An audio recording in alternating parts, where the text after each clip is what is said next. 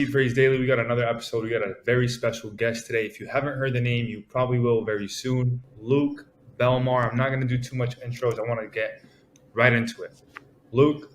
What's up, brother? Good to see you. Good to see you. It was a good time with you in Miami this last week. We had a good time. You showed me some game, some skill in your city. So I appreciate you having me around, brother. Of course, man. I'm happy to have you. Anytime you come, make sure you ring me.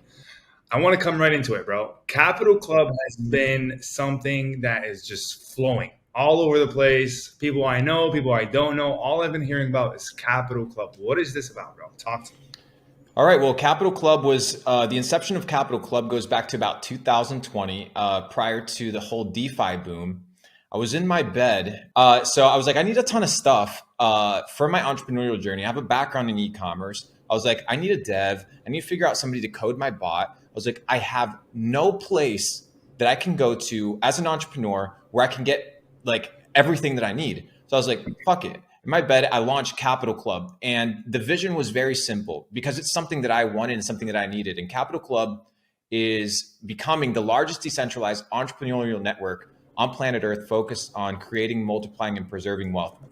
Over the last 2 years, the club has really grown. We represent about 70 countries, and it's only going to be taking over the entire planet as we go, because as entrepreneurs, we really see that there's needs, right? There's needs, whether it's in education, whether it's in community, whether it's in services. You know, so many people over the last years have gotten scammed. You know it firsthand as well, right? Like you're in the crypto space, somebody tells you that they do this, they don't do it. Then you can't get your money back because it's in crypto, it's irreversible, right? It's peer-to-peer. So you get screwed.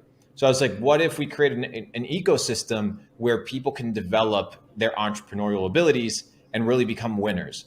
And it all came from something that was necessary for me. And I think that that's the most valuable part and the most valuable lesson I would say people need to take away is build something that is for you, something that has potential because it's something that drives you and is passionate about, that you're passionate about. And what I realized is a lot of people resonated with the same message. So here in the next month or so, we're reopening. Capital Club was closed for about 2 years. We opened it for 2 days. We signed thousands of people, and then I closed it down because I went on to focus full-time on crypto, NFTs, things of this nature. And I didn't really have time to focus on nurturing and building the community. So people have been on standby. People have been on the sidelines ever since. And I guess we're going to be changing this shortly. So yeah, that's a little bit of what you've been hearing. I think most of the echo has been coming from, what the network has been offering, what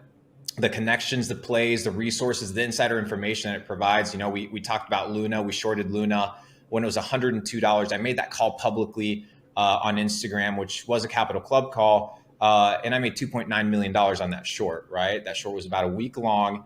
And I was able, because I had the right information, the right access to make in 7 days what it would take a family to make an entire lifetime. And all of that has to, not because I'm special, but because Capital Club is special. And that was kind of like the catalyst for a lot of the things that we're hearing nowadays.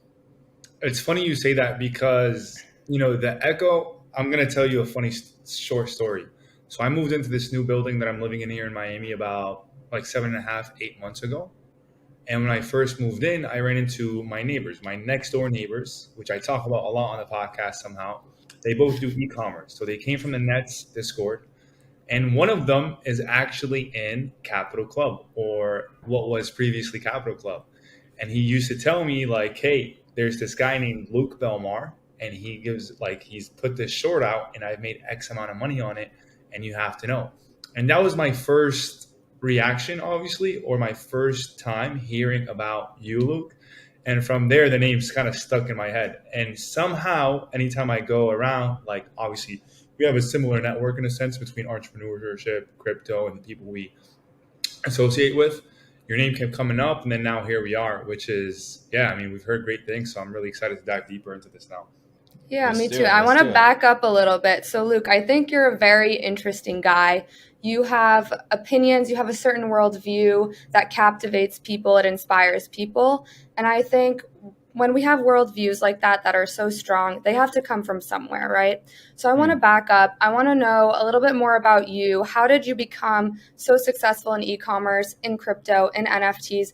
Where did it start? I want to know a little bit about your origin story and how you've gotten to be so successful. The origin story of the hero. And the origin story is very simple, guys. I come from Argentina, small town, about 19,000 people. At the age of 17, I dropped out of high school. I failed every year. Every year I would go to summer school. I would say, fuck it. My parents didn't, I went to English school, Spanish school. My parents were like, Luke, like, you're not obeying, you're not following the rules. I said, fuck it. I don't want any of this stuff. I want to be rich. I want to do my own thing. I don't want people to bother me. At the age of 17, I had an argument with my parents. Remember, I live in a small farm town with 17,000 people. English is not my first language. I'm just a genius. So I know how to speak different languages extremely well. I'm in the process of learning Italian. So we'll see in a few months how that pans out. But my worldview comes from a place of me not having anything and knowing the potential to have everything. And most people lack the self-belief in understanding that they are truly in control of their life. And I preach this very often, that the life that you have is the life that you choose. I could have easily chosen to sell water bottles or those big like water jugs that they have in third world countries because they don't have like clean water that you can, go buy. So you have to buy the big things that they send to your house. That was what one of my best friends is doing right now. He has 4 kids. He's a loser. And that was the decisions that he chose to make. So I was like, how do I make the right decisions? And the playbook is very easy because the playbook dictates that there are rules to success. These rules are non-avoidable, they're universal, and they are applied across the board. And the first rule is have a goal, right? Without a goal, you don't know where you're going, you don't know where you're headed. There's a high likelihood that you're going to fail. Whether you have a convoy, whether it's a ship going to the ocean, if you know your destination, where you want to go, it's easier than if you don't. And the truth is, most people walk around in life like accidents. They don't know why they do what they do. If I was to go to your local town, if I was to go to your local town, Mo, back home, and I was to ask people, what is your goal? 99 out of 100 people don't have one. And my goal was, I need to get out of here. That was my first goal. So what I did was I contacted my uncle. My uncle was a pilot. So at the age of 17, with $200 in a suitcase, I asked my uncle to get me a flight to New York. Of course, that's all, New York, Florida, those are like the popular places you just go. And I sat in the flight attendant seat, right? So where the flight attendants sit, that's where I sat. And like the people in first class looked at me like, who the fuck is this kid? Like, what is he doing? Like, this is weird, right? So I sat there all embarrassed and I landed in New York and I started working regular jobs. I worked in the kitchen. I was washing toilets. I did door-to-door sales. I slept in my car. My grandmother blessed me. She gave me a little $4,000 Buick, that my dream car. I'll probably buy one and just pimp around in Miami in that thing. We got to bring back like our broke cars. You know what I mean, Mo? We have to bring back the cars when we were broke. Like, we got to bring back those cars, bro, and just flex on the brokies with those cars, with the cars that were the come up cars. So I would sleep in my car, door-to-door sales, would work 2-3 jobs. Then my car broke down. I had a car accident. I was drifting. It was so dumb. I had a car accident, so I had to take public transport. And that was the worst time in my life. I was about 19, 20 at that time. And I was working 3 jobs. The first job, I was working waiting tables at a restaurant, a Spanish restaurant. I got in because, of course, I speak Spanish. The second one, I was working as an intern at the Washington Post. That was gay. It was a terrible job. Excuse me. I know it's politically correct, guys. I apologize. It's okay. And then the third job was I was just trying to figure out how to make money. And then this was the year, I think 2016 or something like that. And a fellow server of mine was like, oh, I'm trading. Oh, I make like $10,000 a month trading, all this stuff, right? This was pre-bull market, pre-anything. I'm giving you the short story. And I was like, okay, cool. And then he mentioned one word, said Bitcoin. Have you heard of Bitcoin? And I'm like, no, what is it? And I remember being at like where the servers kind of stand and you kind of have like your server area and they kind of all congregate and you have your point of sales and all that shit.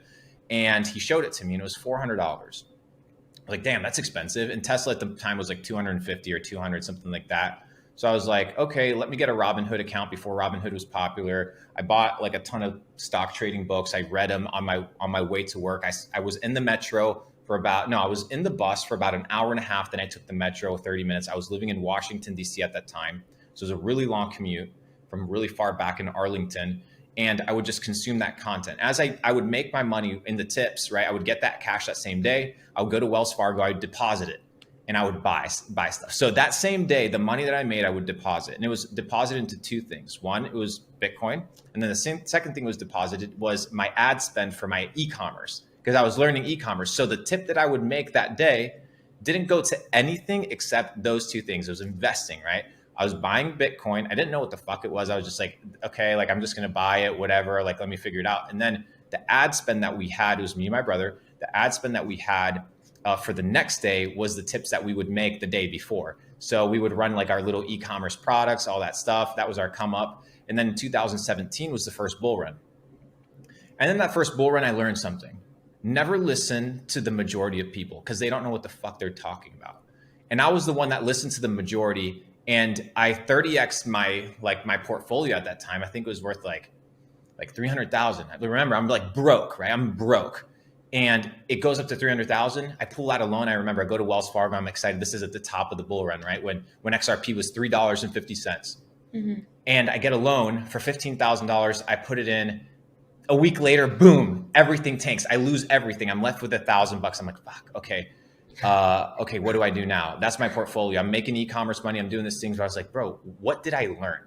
And what I realized is most people focus on the mistake instead of focusing on the lesson. And I figured out, okay, what are the lessons that I learned? What are the things that I need to take so that the next time this happens, because it's inevitable that it was going to happen again. And the reason I knew it was inevitable because it was the power of social media that was going to push this to the new generation. And I was right.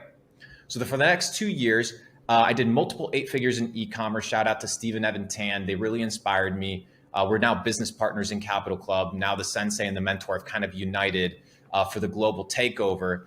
And in 2020, I put my entire net worth into crypto. Every single dollar that I had, I put into crypto in 2020. This was pre-bull run.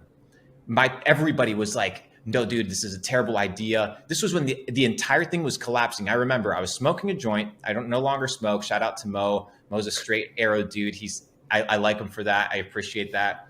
I appreciate the hustle, and I appreciate the steady clear-mindedness. And it's a challenge for myself, by the way, for everybody looking, is that the serious killers in life are the small killers in life. The things in life are the things that pull small advantages away, right? The small advantages that you have with your competitors, whether it's weed, whether it's bad food, all these things, right? Mm-hmm. So shout out to Mo for that. But back to my point, 2020, I put my entire net worth into crypto. People tell me I'm crazy. I'm playing Call of Duty, and Cardano, for example, hits a penny, right? The entire thing tanks. I put 10 grand into Cardano. I put another $10,000 daily into Ethereum when Ethereum's $80, $90. You can go to my highlights at Luke Belmar on Instagram. It's all recorded. And then I'm like, okay. Remember, in 2017, I was buying BNB at $2, right? This was Binance. I was like, Binance is amazing. I had talked to CZ on Clubhouse a little bit before I got banned on that platform, obviously. I got banned twice. And then I was like, okay, I need to bet on winners. I need to bet not on products, but I need to bet on winning people. So by the way, I have the pancake swap tattoo tatted right here on my neck because I put my entire net worth into a token called Pancake Swap. I was the number 10 holder of Pancake Swap in the world at a sub $30 million market cap. And it ended up going to $2.5 billion. Shout out Safe Moon and the whole DeFi degenerate community. You guys made me wealthy. So I appreciate that. And then the second biggest play that I had was the competitor of Pancake Swap known as Bake. And I remember calling Luca Nets. I remember calling Steve Tan when it was sitting at an $8 million market cap. And in fact, I was with Luca. We rented an Airbnb for a week because we were working on an ecom project. It was $8 million. I said, Luca, you need to put 50, 60 grand, 100 grand into this shit. Like, this shit's going to go. He's like, no, whatever. Long story short, I put $50,000 into Bake at $8 million market cap, and it goes to 1.6 billion. So I literally got into a unicorn level VC investment play because I understood the trend of the future. I was aware, and I didn't focus on my past mistakes, but I focused on the lessons that those mistakes taught me. And during the bear market, during the season where people were complaining, they were trying to figure out how to gamble, how to make money, I knew I had my goal. I had my eye on the mission. I knew where I was going, and I was consistent. I was steady.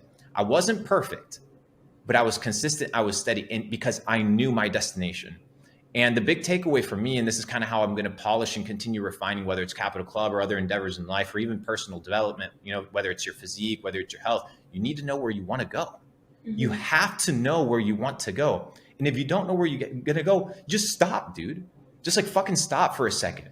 It's better to stop, evaluate where you're going, than move it. The American culture is all about action, action, action, action.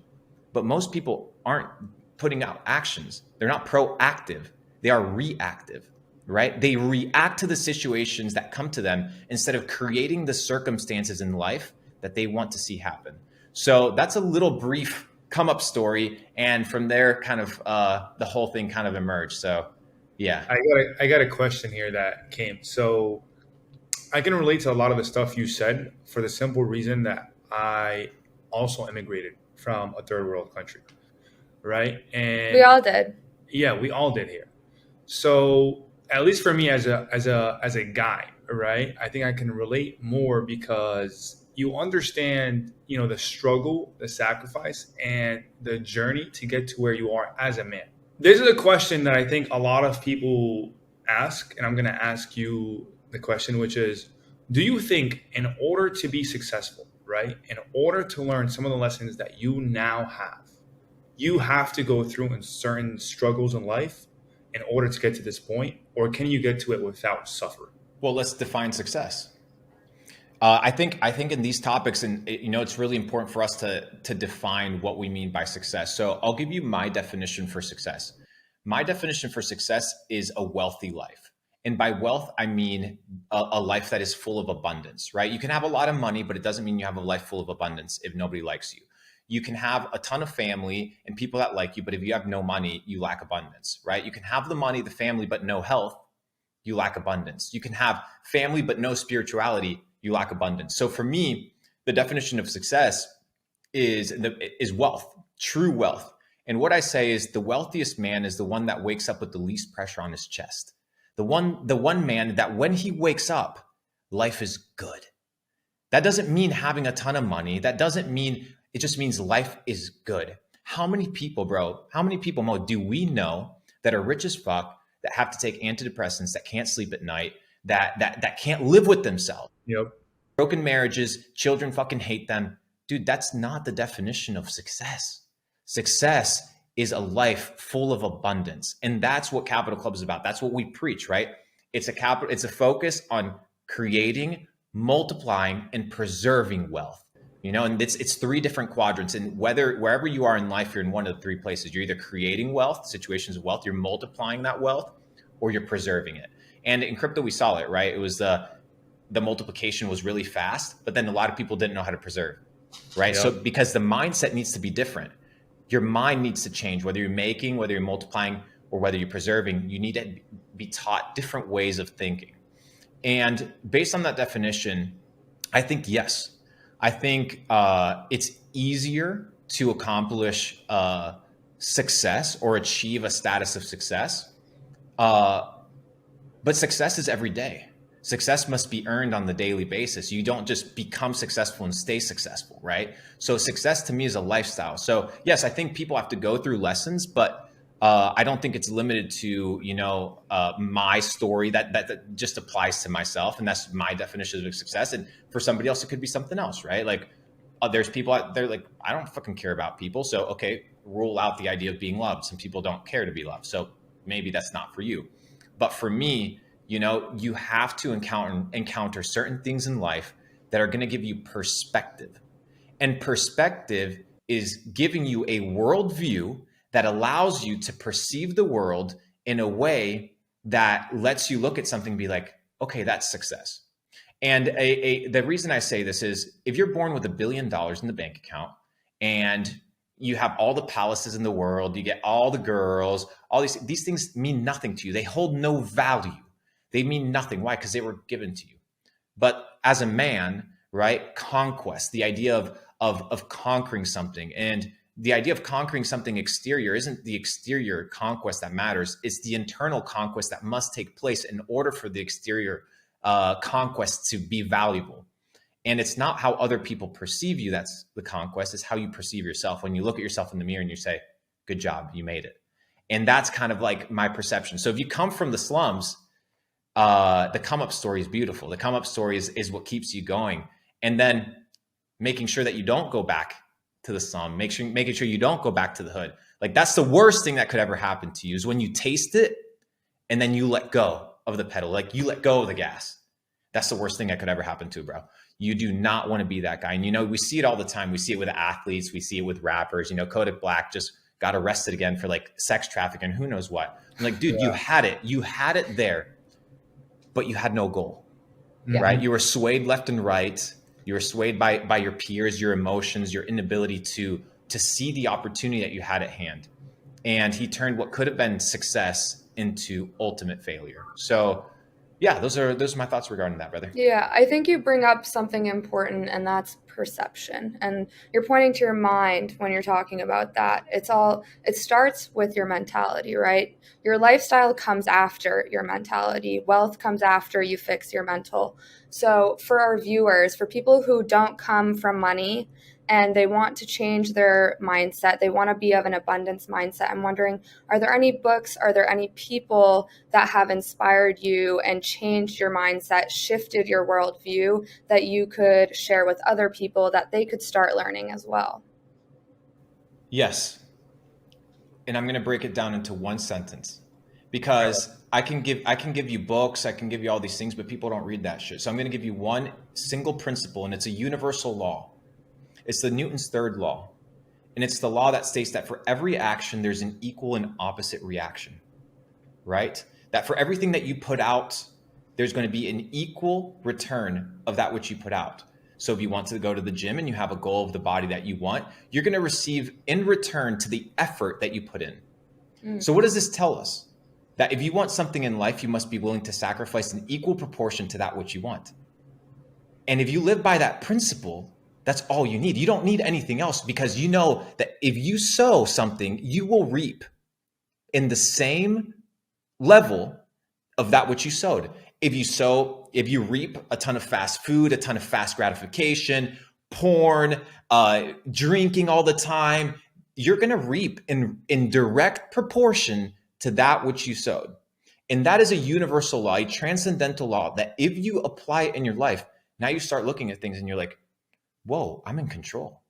Like I'm truly in control of everything in my life. And the reason that most people don't want to be in control is because it requires you to take responsibility. And it requires you to be at fault if you mess up. If you lose, it's because you're a loser. If you win, it's because you're a winner. But it's up to you. And that law alone has changed my life. I'm going to repeat it again. For every action, there's an equal and opposite reaction, right? And if you understand this, you're like, okay, now I'm going to study. Why? Because life will pay me directly in correlation to that which I have given it. Just like a field, right? Whatever you sow, the mind doesn't care what you feed it. But whatever you feed it, it will return in direct proportion to that which you fed. If you feed it porn, all this hood music, Netflix, Kardashians, all this shit, you're going to receive in direct proportion to that which you. But if you plant books of positivity, good networks, music that inspires you, learning, growth, positivity, speaking well about yourself, eating healthy food, studying the charts on a regular basis, not being a naysayer, life will reward you in direct correlation to that. So instead of talking about books, carry that principle with you. It's very powerful. I love that. And just to add to that, I feel like a lot of people overcomplicate success or learning a skill set and being elite, right? It's all about being the best at whatever you do. And one, they overcomplicate it because they think they need a secret book or a secret mentor or some secret recipe. Like I remember when I first got into ecom, for example, right? I thought there was a secret button on the Facebook ads manager that you click and you start printing money, right? And I went and I paid mentors and I asked people and I read books and I watched YouTube videos. And I came to find out it's not that. It's just about what? Finding a specific strategy that works for what you're marketing. So again, that goes back to us as humans. Just find what works for you. And there's obviously people who have done it. So all you have to do is model after what's working, but align it to work best for you. And it's not I agree. And this idea of mentors, right? And I want to make something extremely clear with mentors. Because a lot of people, and mentors are phenomenal. I have mentors in every area of my life. When I was making 100 grand, I had a mentor that made $1 million, right? When I was making $1 million, I had a mentor that made 10, and so on and so forth, to the point where, why? Because mentors are glitches in the matrix. They help you avoid pitfalls and things that you haven't seen. But here's the key to a mentor, right? This is something that I developed and I learned based off of spending probably like $3 million on mentorships and $3 million on sitting and like paying people to tell me things about life. Like the last guy that I paid, I think about $25,000 for one call. He's a guy that sold a company to Blackwell, not BlackRock, Blackwell, for $13 billion cash. It's a security company. And I sat down and I asked him like a ton of questions for an hour, but that was his fee. Why? Because why am I not going to do it, right? Like I'm going to do it because it makes sense, because I'm trying to achieve certain things. A few things about mentors. You do not want a mentor that's so far ahead of you that the questions that you're going to ask or the problems that you're facing aren't easy for you to translate. Like what a billionaire is going to tell a person making $50,000 a year, or the questions you're going to ask when you're making $50,000 a year, may not be relevant. The second thing is replicatability, right?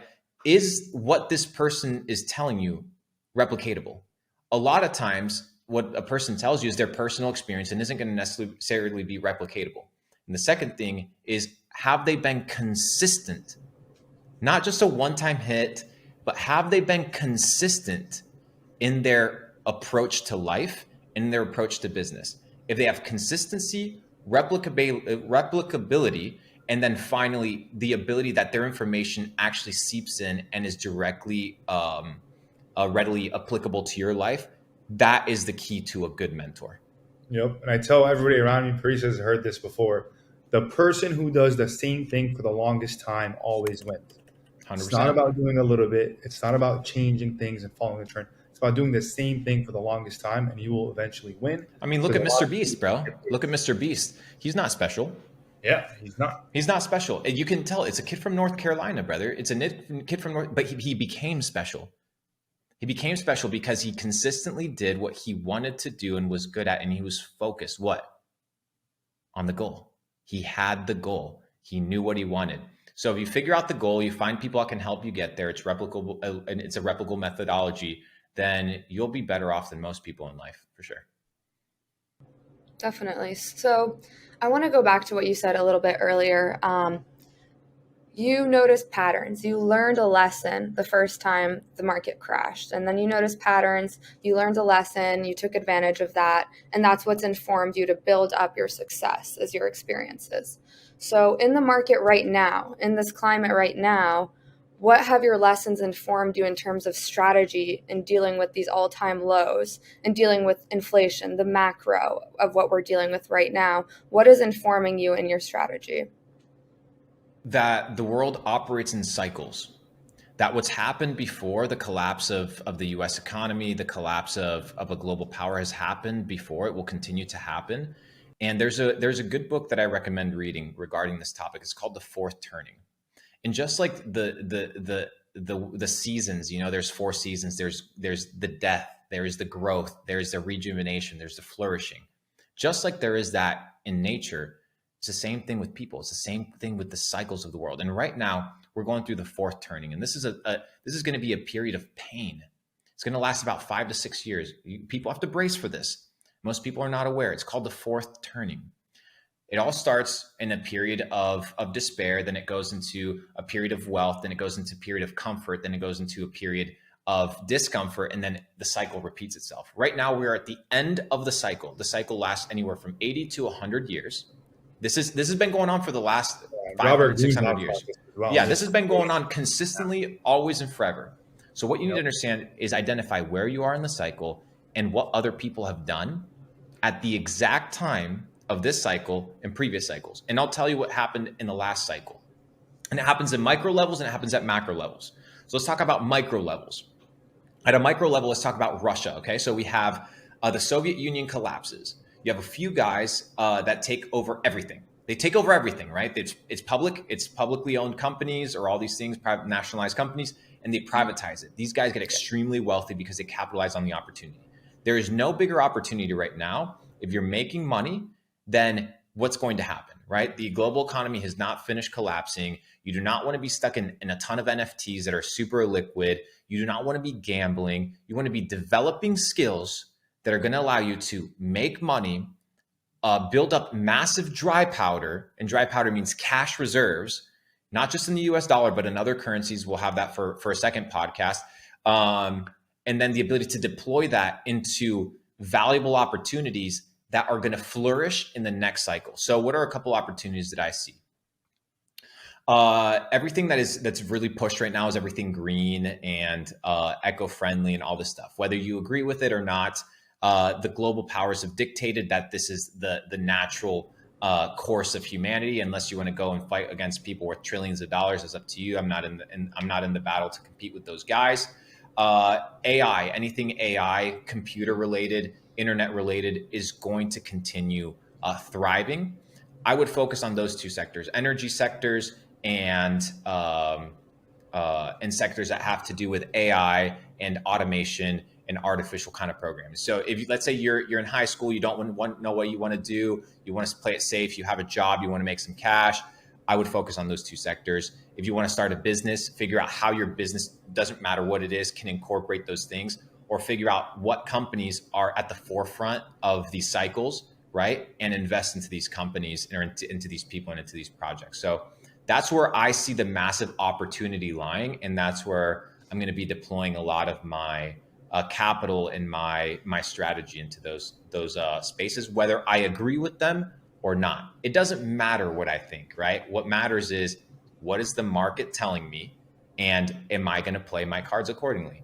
A lot of people are biased. Like, oh, well, I'm not going to buy NFTs. They're a scam. Loser. Because you've input your bias and your emotion and your opinion into something that maybe your opinion doesn't, maybe nobody cares about your opinion. Oh, well, Elon Musk, he's not a good dude. I'm not going to buy Tesla stock. Bro, but he's a marketing wizard. Why wouldn't you just toss some coin in there? It's obviously going to multiply. So being able to be dynamic, being flexible, being fluid, at the end of the day, the goal is to win. Like, you don't have to be right. You just have to win. So sometimes you bet on winners and sometimes you bet on losers. As long as you bet on more winners than you do on losers, you'll make it. But bet on yourself. That's the number one thing to bet on, is you. You have to. I want to move a little bit. By the way, usually everybody's watching this so far. We talk about things going on right now in the crypto, where to keep an eye on, so on and so forth. But I think this is more important because if you don't have this type of mentality, it's impossible for you to make money in any industry.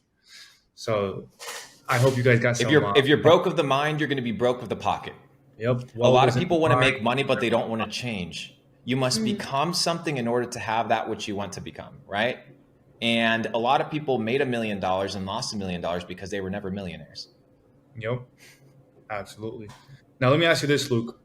In terms of where you are now in life and over the next, let's say, 3 to 5 years, I know you just acquired a small stake or a stake in Pudgy Penguins, which is obviously a big move. So talk to me more about why the NFT space, why that project, and then talk to me about the next 3 years for you. What's it look like? What are you doubling down on, and where do you see yourself on the other side? Yeah, so the reason I invested into Pudgy Penguins, and the reason Luca, who's the CEO of Pudgy Penguins, went into this, first of all, it was one of our first NFT projects, right? Where we looked at it and we're like, okay, this project is going to do well. Why?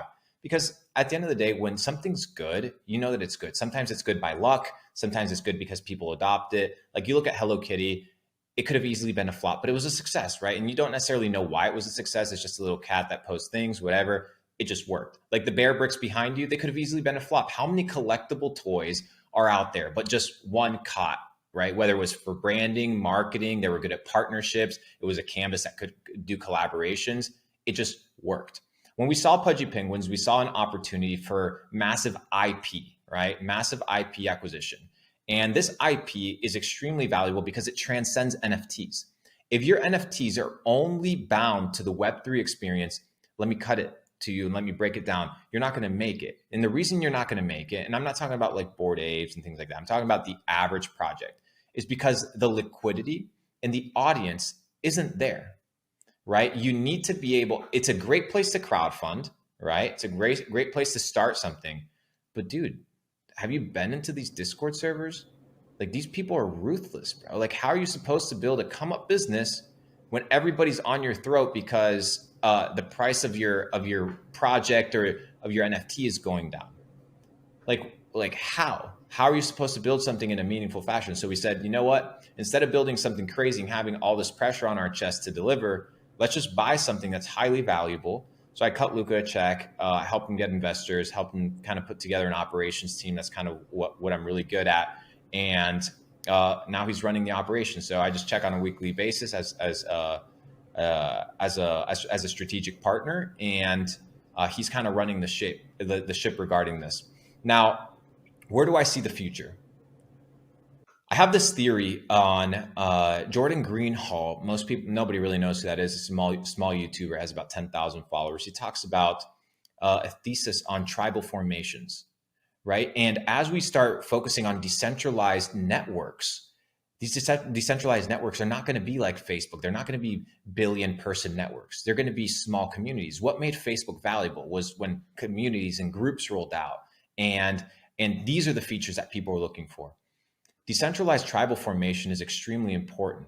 And I think we're going back to this prehistoric, older times of mankind or of people. And it's going to be a ton of groups that are divided into subsections that are going to have their own little communities. Just like back in the day, you had your villages and all that thing, but it's going to happen on the internet. So I'm really banking on internet tribal formations taking over the internet and building their own little ecosystems. And inside of that, of course, in the entrepreneurial space, Capital Club will be the overarching umbrella for all small decentralized entrepreneurial networks that are inside of that. Capital Club will be the overseeing umbrella for many of these small tribes that are forming on the internet. So right now, the main focus is betting on Capital Club's success, which it is inevitable because I know where I'm going and I have what it takes to make it happen from both a reputational standpoint as well as a tactical and professional standpoint. Whereas most of the people out there are competing, I'm creating. And that's the beauty of it, is everybody's trying to compete against each other, trying to do the best this, the best that. Most people aren't creating. If you focus on creating something of value instead of competing with other people, you'll do well. You can read something from a book called The Blue Ocean Strategy. And the Blue Ocean Strategy dictates that a lot of people, they're in the waters that are infested with blood, right? Because that's where all the sharks are. Good luck going and making a $1 billion app right now. Everybody wants to make an app. Everybody wants to make the next Uber. Good luck, bro. Like, all right, go figure that shit out. I want to create something that's in a blue ocean environment where the competition is very minimal and where I can really create something that I want. So, yeah. Yeah, I think you hit the nail on the head with that in terms of community specifically. I think part of the reason why our generation is depressed and anxious is because we don't have community. It's all individual. It's all about me. It's always selfish culture. So I think NFTs do a great job in bringing community back, especially in an accessible way, because most people have access to the internet. But I want to pivot a little bit. I want to talk about, because I know you have your hand in e-commerce and in NFTs. So I want to talk about what parallels you see in those two industries and what differences you see, because it's kind of hard for people to go from Web 2 to Web 3. So I think that's an important conversation to have.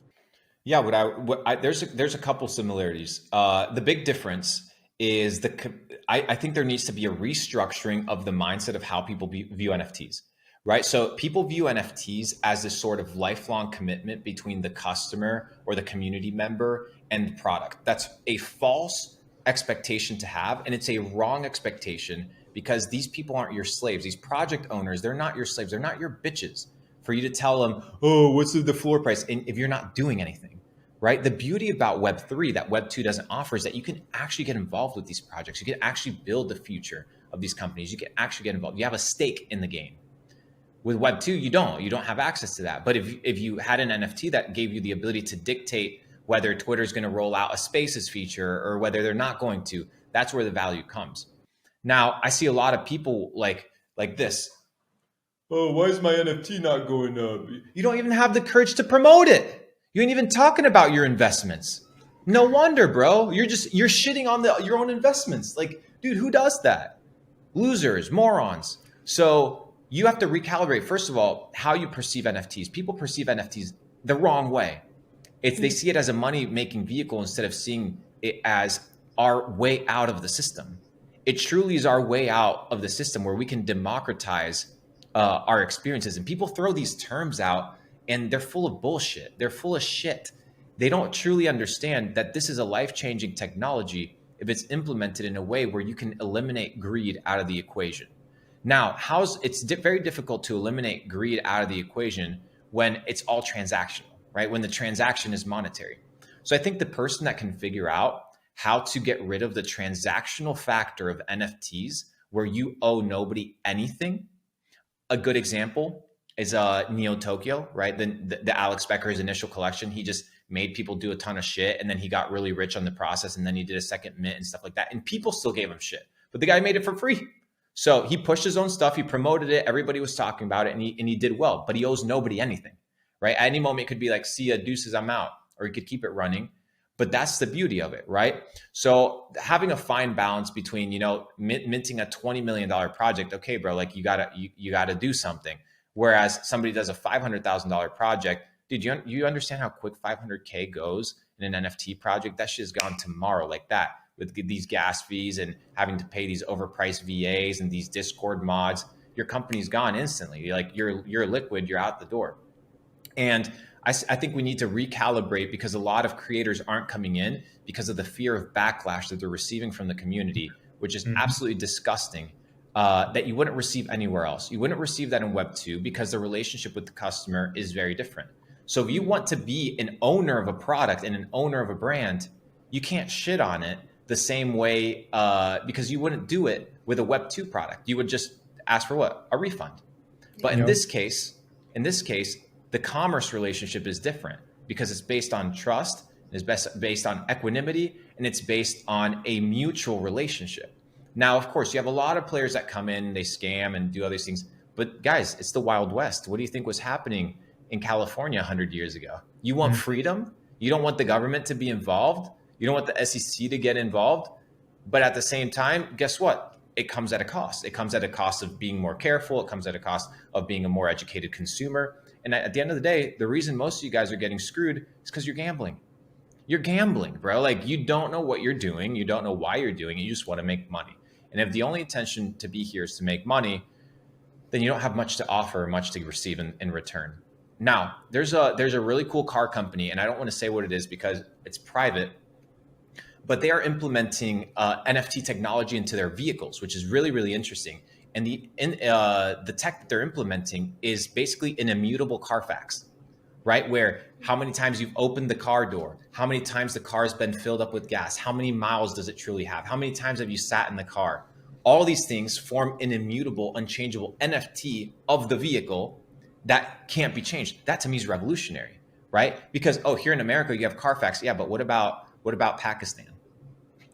What about these places where like you can finesse certain things and you can change the odometer and swap all that stuff? Or you go to the third world country, they do that in Argentina all the time and you get screwed, right? So the NFT technology is a track record that is immutable, that has its pros, right? Like a Carfax, but then it also has its cons if you have big institution or government agencies get involved with it, because if they implement that as a status quo, then you're in a situation where you can absolutely get screwed, right? And the reason you can get screwed is because like everything's online, everything's like there and you can be monitored, right? So China would definitely take this into a dystopian ecosystem. So we also have to be careful what powers we give access to in that regard.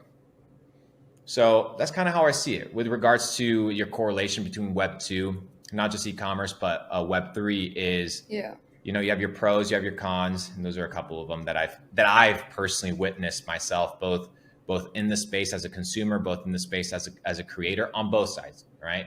On both sides.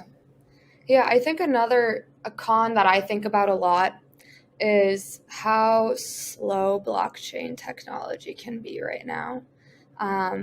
Like, if we're going to make this a worldwide thing, I don't know if blockchain is the way to do it. I really don't, because it's slow, it's expensive. Like for Carfax, you could get that instantly online. Sure, it might be altered. But at the cost of what? Right. At the Right. No, cost that's a good point. at the cost of a monopoly. The reason it's Right. fast is because it's centralized, it's controlled by one single point of failure. Now if you have Ethereum, which by the way, I think Ethereum is super centralized, and it's there for profit. And we can have a full conversation on why Ethereum is a massive hoax. But that's for a different time, because I don't want to go into that rabbit trail right there. But you look at MetaMask, you look at Consensus, you look at these companies that have central points of failure. And the reason gas fees are expensive is because I think the network wasn't even prepared to be what it was supposed to be. But just because it's not what it is today doesn't mean it can't change. I think the reason people are betting on Ethereum is because they have a lot of money staked into Ethereum's success. But you see other chains that are that have a lot more potential. You look at Harmony, you can look at Matic, you can look at other situations where there is value and potential, but their adoptability, their marketing, their branding isn't as airtight or as perfected. So I think blockchain is what it is today because it's only been around for like 7 years, right? 7, 8 years, where a lot of these systems, they're building on top of each other. They've been around for 40, 50 years. But the beauty of it is that it's up to you. It's up to us. Like we can build it into whatever we want. And I think you have to be willing to compromise something for something else, right? You can't have everything. So you need to figure out, what do you want? Do you want the freedom? Do you want the access? Do you want just the speed, right? Because if you want the speed, just go on PayPal or go on Robinhood, where you can never truly pull out your Bitcoin, right? It's just there. It's some bullshit, but it's centralized, and at any moment they can freeze you. I prefer having my money stored on a ledger where the government tells me, oh, well, you did this wrong. We want to ban your shit. We're going to freeze your bank accounts. And I'm like, all right, sounds good. Freeze my bank accounts. Done. All right, perfect. But then I'm operating on multiple grids and multiple systems. So there's a give and take. And I think it comes down to one principle. Most people are willing to give up their freedom for convenience. We've seen that in China, right? Where people right now are paying on WeChat by scanning their face, and now it connects to their bank account. That shit's so sus, bro. But people want convenience. Why? Because people don't want to work hard. People don't want to go the extra mile, the extra step. So people are willing to sacrifice their freedoms, their access to things, their true independence for ease. And we see that in the movie WALL-E, right? Where you have this little robot that's controlling the entire ship, and you have all these fat motherfuckers, or excuse me, you have these big boned individuals that are eating McDonald's at all times, but they've chosen a life of ease, and they've compromised their freedom and their humanity in the process. So, yeah. Yeah, I think a lot of people don't even know what they want, right? Like, for example, when you go ask somebody, hey, what do you want in life? And they say freedom. Well, freedom for what, right? A lot of people say, hey, they want to get rich. Well, okay, do you want to get rich? Have you tried getting rich and you didn't get there? Or you need somebody to be telling you what to do to get rich, right? That's, I think, the biggest thing, whether it's in crypto or not. Like, even in crypto, right? I think one of the main reasons why we are where we are in the market right now is because we allowed ourselves as a community, right? The people inside of crypto and NFTs to get told what to do by people who didn't even know what they were doing in the first place. Like you look at NFTs, for example. This is the easiest picture to paint for anybody who's watching this, right? If you take a look, you reverse, right? 7 months ago, the top biggest YouTubers were 20-year-old kids who have never ran a business before that are going online telling you buy X, Y, and bullish, Z. Bullish. Super bullish, 100x. Bro, 100xers. Oh, this is 100x. Right? In reality, these guys, first of all, don't even know what they're doing. Second of all, there was no clear recipe. Anything that they were saying, everything that was the opposite of that was working. That goes to show you that, one, people want to be told what to do. And then if they get told something, they don't even want to do it because what? If they take the advice and it doesn't pan out the way that they were told, it's your fault, not theirs. They blame, they point fingers. And it all comes back to, right? It all comes back to the principle of like the life that you chose is the life that the life that you have is the life that you chose. Like people have to assume responsibilities. Like I've seen people be like, get angry and be like, dude, I put my rent money, I bought this NFT and it rugged and now I can't pay for rent. I'm like, bro, you literally you basically went to Vegas. You wanted to get an NFT, make money, and then somehow feel like you were going to get like a safe passage to like wealth, and it doesn't work. It's a pipe dream. And a lot with a lot of these influencers, I know a lot of them, I've done business with a lot of them. A lot of them have a fee. And the reason they're running their YouTube channels is because it's their way of making money. It's their way of getting networks, and it's their way of access. But that doesn't mean that they know what they're talking about or that they are unbiased. I have not met a single YouTuber in either crypto or NFTs that is perfect, that holds no bias. None of it. Most of them are sleazy, bro. You'd be surprised. So just understand that if you don't know somebody, you got to be careful, bro. Like, you guys should even be careful about me. Like, do your research on Luke, right? You're going to find out I'm a top G, but that's beside the point. Because I've maintained a good reputation. And the reason I maintained a good reputation is because I've been super consistent with everything that I said over the last couple of years, and it's worked and it's panned out. And I haven't changed who I was. That's why I've never been an NFT guy. Excuse me. I've never been a crypto guy. I've never been an ecom guy. I'm a businessman. And a businessman, that means I have flexibility to move with no labels. So be very careful who you listen to, and understand that Alex Becker doesn't hold all the keys. I don't hold all the keys. Fucking whoever. Look at the guys from Three Arrow Capital. Yeah. Look at all these guys. 8 months ago, they were worshipped as the gods of the ecosystem. Now they're fleeing countries and they're putting fucking homes under their kids' names so that the government will liquidate them. It's unbelievable. So be very careful, because in this space, you don't only get people that are pursuing freedom and good people. You're going to get a lot of bad actors. So be very careful. Have that as the forefront of your mind, and understand that, it's a risky space, but it's also high risk, high reward. So figure out, you want to invest in real estate, you want to play it safe, whatever, that's for you. But I'm in my 20s, and I know one thing: if I lose it all, I can make it over and over again.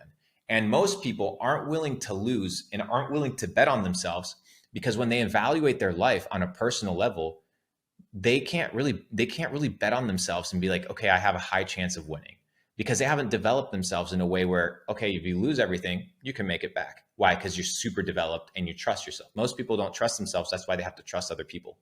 So get to a place where you trust yourself, not from a foo-foo fairy tale stance, but because you look at yourself, I'm like, damn, like, I'm a real professional. I'm a killer. Like, I'm really good at what I do. Just like you said, Mo, like, pick your lane, figure out what you want to do, know where you want to go, and just work at it. And eventually one day you'll look back and you'll be like, oh damn, I'm like mad ahead from all these people. And now you can bet on yourself. Bro, Usain Bolt would put $1 million on himself every single time. Of course he would. Why? Because he knows he's the best. He'd race a treadmill. Bro, every time he would know he's the best. But you have to get to that point. And every single person listening to this can be the best. But if you don't believe you're the best, it's either because you're being honest with yourself, or you haven't put in the work to be the best. So focus on that, guys. Yeah, I think it's not just that people don't trust themselves, but it's because they don't have direction, because they don't have a goal. Like you've said, you need a goal, otherwise you're directionless and you can be swayed any which way. I think when it comes to crypto, what's really crazy to me is I'll talk to people about crypto that have a lot of money invested, and they don't know what that cryptocurrency does, what that chain does. They have no idea. Like for me, we're all from third world countries here. We understand what it means to be from somewhere that doesn't have a reliable government, doesn't have reliable banking. No government is reliable.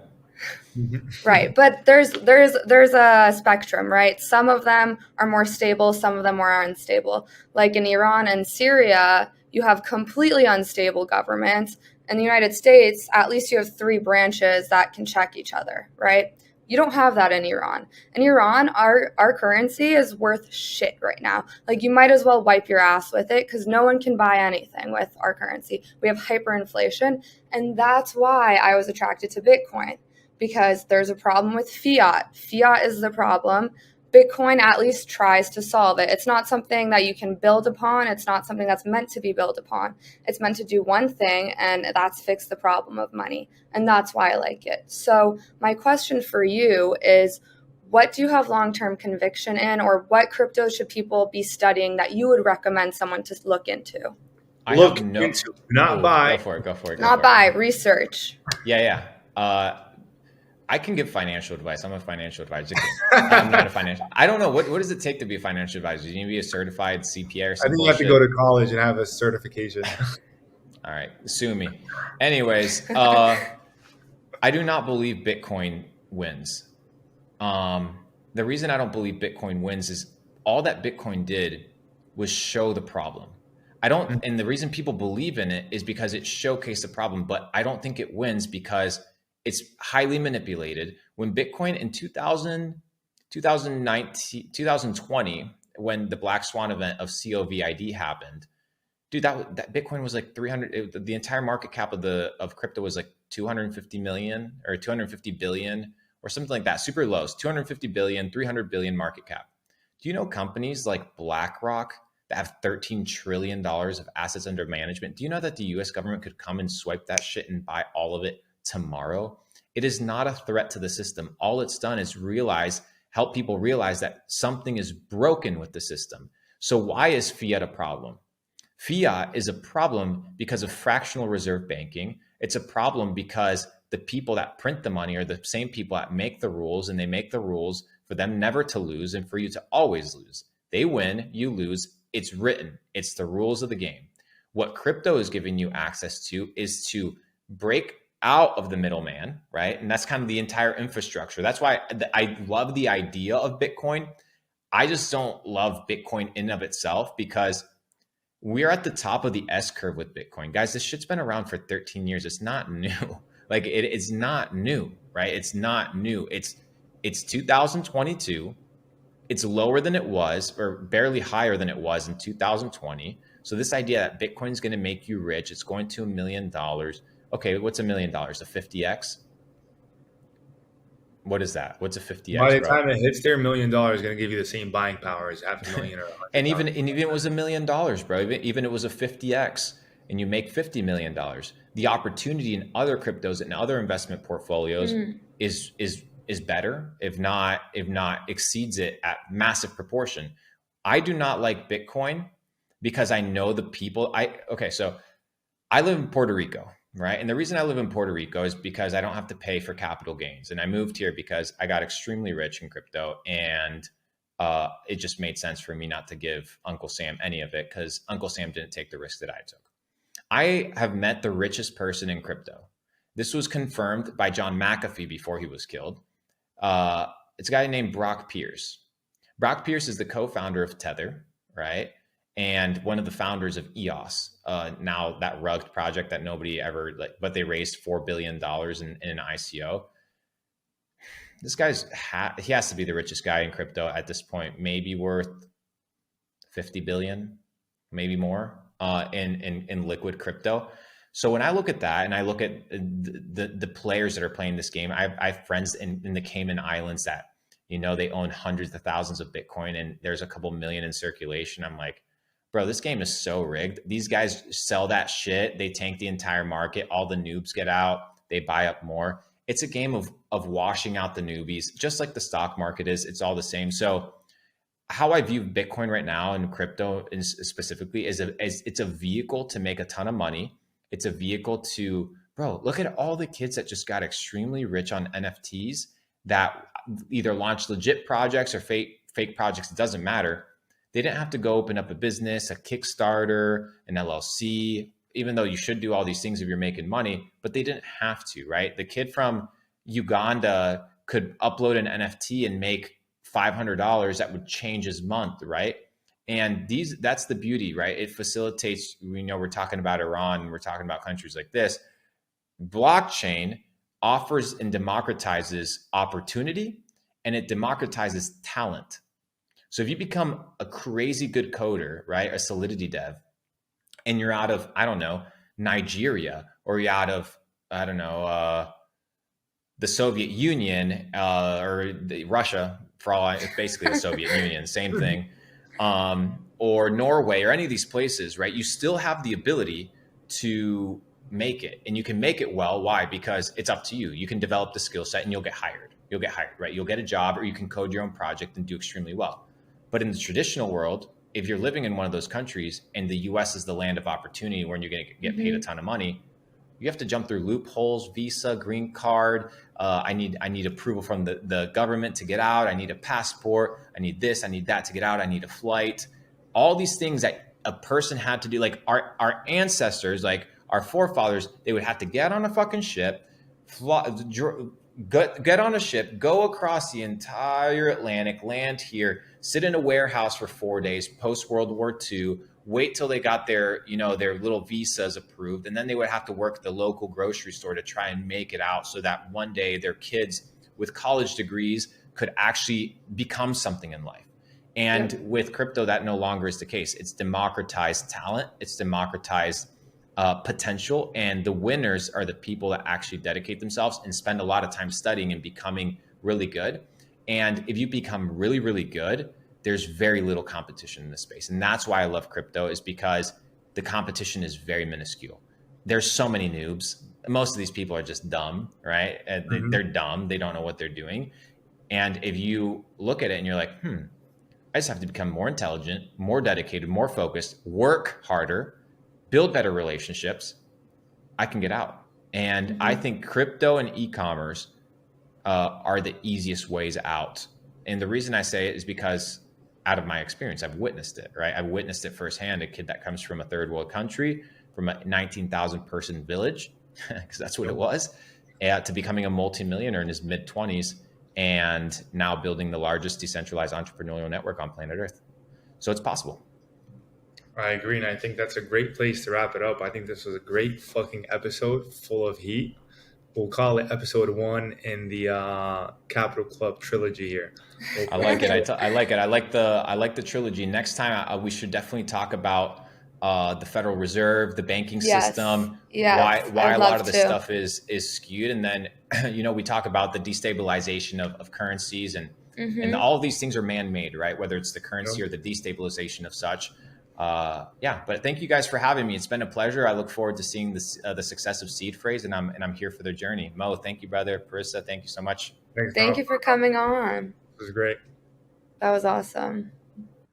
Well, you guys heard it here first. Make sure you check out Luke. We'll drop the links below. Check out Capital Club as well. It's not launched yet, but it will be. Just follow Luke Belmar. He's got Instagram, YouTube. We'll tag it below. SeedPhraseDaily. Make sure you subscribe. We'll see you next week.